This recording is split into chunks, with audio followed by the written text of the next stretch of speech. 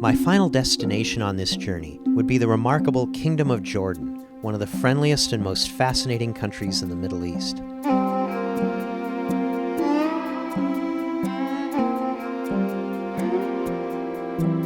Some people cross into Jordan from Israel, with whom Jordan has made peace, but I chose to fly into Amman, Jordan's bustling capital city.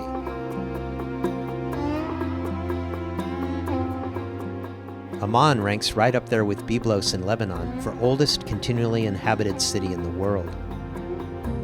With over 2 million residents, Amman is rated as one of the most livable cities in the Arab world.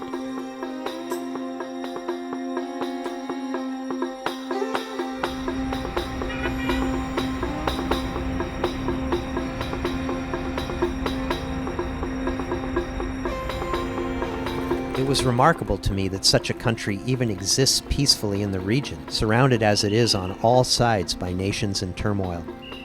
Jordan is bordered by Egypt, Israel, Saudi Arabia, Iraq, and Syria, but even so, it feels consistently friendly, safe, and prosperous.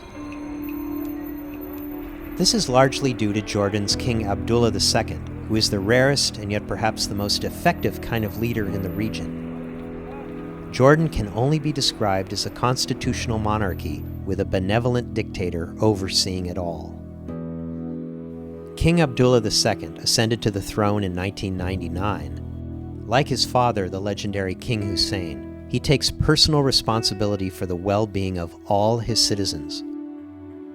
In 2008, a program was instituted guaranteeing that every Jordanian citizen, even refugees, will have a decent place to live and easy, free access to hospitals, schools, and healthy community activities. Over 100,000 new low-cost apartments were built by the king for his citizens and made affordable for even the poorest Bedouin, with fresh water, recreational facilities, and a high emphasis on education. In short, a quality country relies on a quality of life for each of its citizens. Jordan also has a free press, and no journalists or citizens are allowed to be detained for reporting on anything within the country or saying anything negative to government officials. In spite of his face being plastered on buildings and on the country's banknotes, King Abdullah frequently disguises himself and goes undercover in his own country to see how it's working. He recently drove a taxi around the city to hear from residents and tourists firsthand how the country is working for them. He's shown up undercover at Amman's income tax department, pretending to be an ordinary taxpayer to see if Jordan's bureaucracy is inefficient. He's made surprise visits to medical clinics and restaurants. He is a virtual master at escaping his own Secret Service in disguise to go check on how the country is functioning by himself without security. When he's not undercover in his own country, he finds time to tour the world, including the US, on his Harley with the beautiful Queen Reina. So beloved is the king, it's hard to find anyone in Jordan who speaks negatively about him. Almost everyone has met him or knows someone who has. Here he is helping residents push trapped cars out of the snow during a freak snowstorm recently in the region.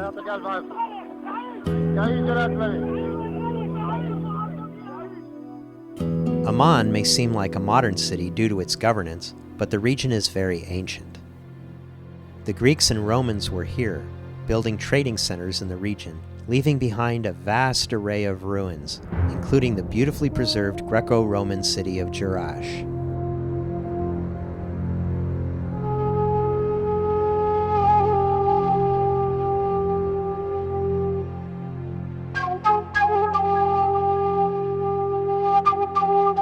These great cities formed part of a network of caravan routes across the desert called the Decapolis, which included sporting arenas, libraries, and busy main streets, all linked together by stone roads.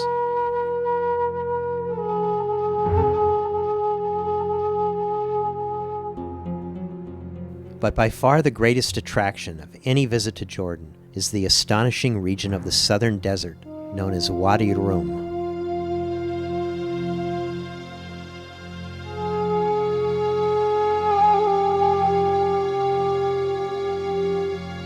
Wadi Rum is also known as the Valley of the Moon. It's one of the most spectacular places on Earth. Cliffs rise straight up off the desert floor to 6,000 feet.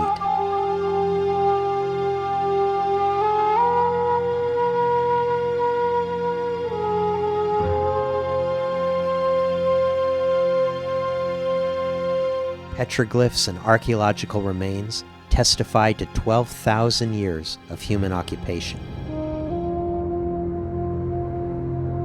There are 25,000 rock carvings and 20,000 inscriptions here, telling stories of people and cultures who otherwise have left little trace.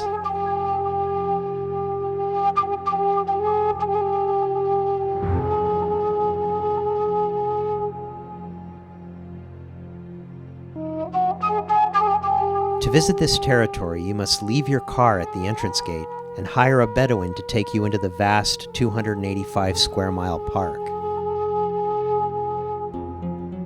You can take a camel if you like, as that's how the traditional Bedouins have always traveled through these parts. But today, the Bedouins have cast aside some of the traditions, as I was to find out.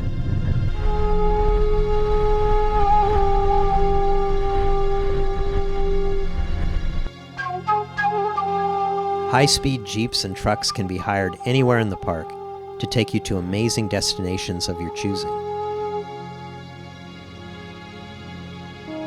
These are the landscapes made famous by the film Lawrence of Arabia, which was filmed here.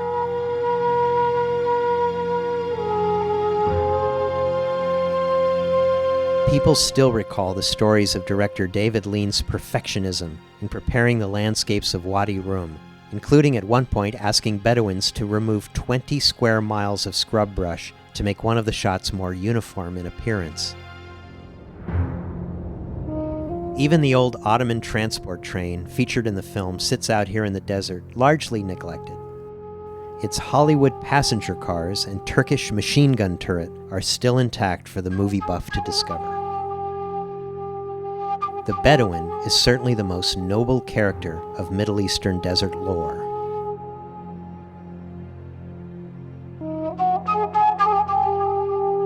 Like the cowboy of the Wild West, Bedouins have been traveling these deserts for centuries, herding their sheep and goats, carrying on a nomadic tradition, and living with almost no possessions in portable goat hair tents.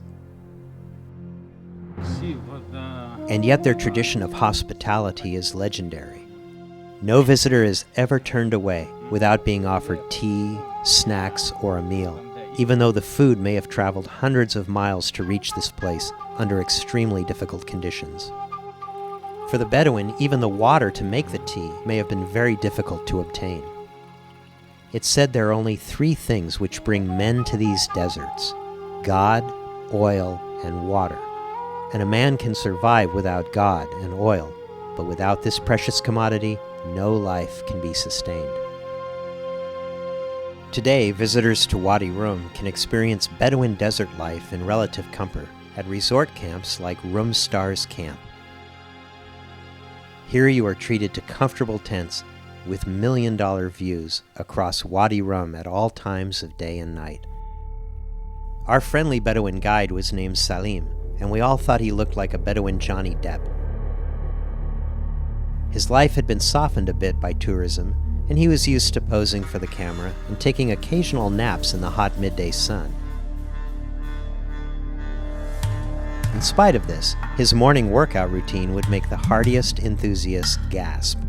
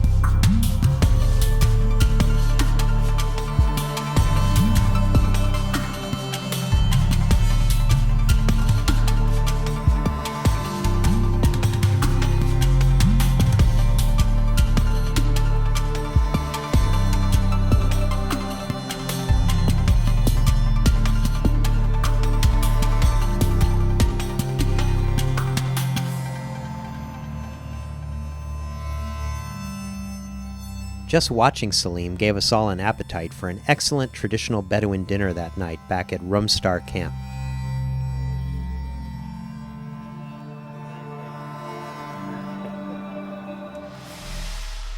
But the real magic begins when the night comes and the heavens open up all around you.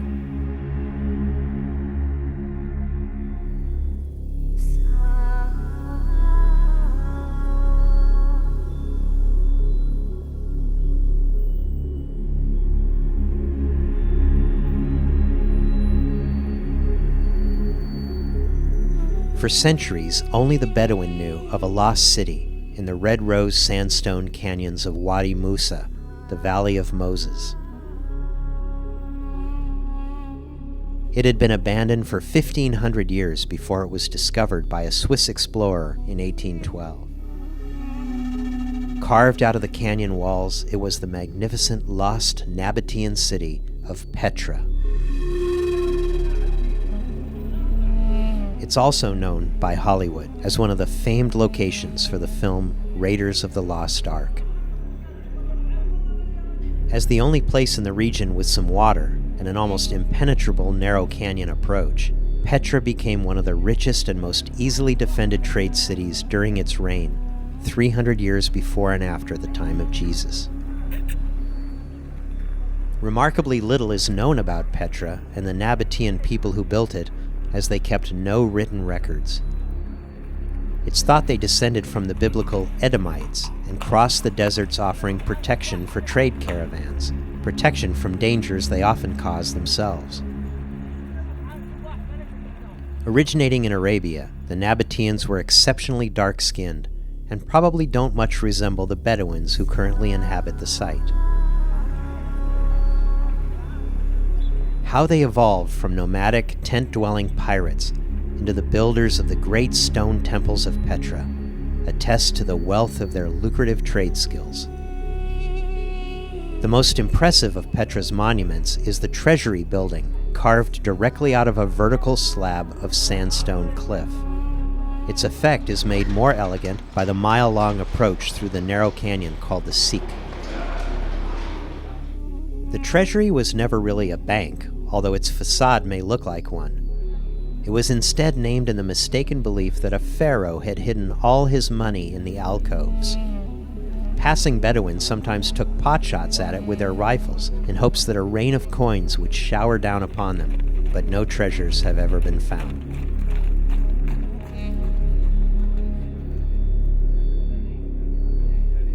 Most of Petra's incredible buildings, including the remote monastery building, are thought to be the tombs of rich merchants and kings. The architectural influence shows a combination of Greek and Egyptian ideas, befitting the crossroads culture of the region. It appears the Nabateans had little knowledge of creating freestanding structures, and instead cut their tombs directly out of the stone, from the top down, using only hand tools and wooden scaffolding. One of their greatest achievements is the remarkable Greek theater, carved in a huge semicircle directly out of the sandstone. From Petra, one of the most mystical and magical locations in the world, my time in the Middle East was coming to an end. Even today, when I get homesick for the journey, I simply put myself back out in the desert with my Bedouin friend Salim, who could make delicious sweet tea out of nothing faster than you could say Starbucks. I think about all the wonders I witnessed on this trip and the amazing people I met. Turkey, Lebanon, Jordan, and Israel, each unique and each cut from a similar cloth.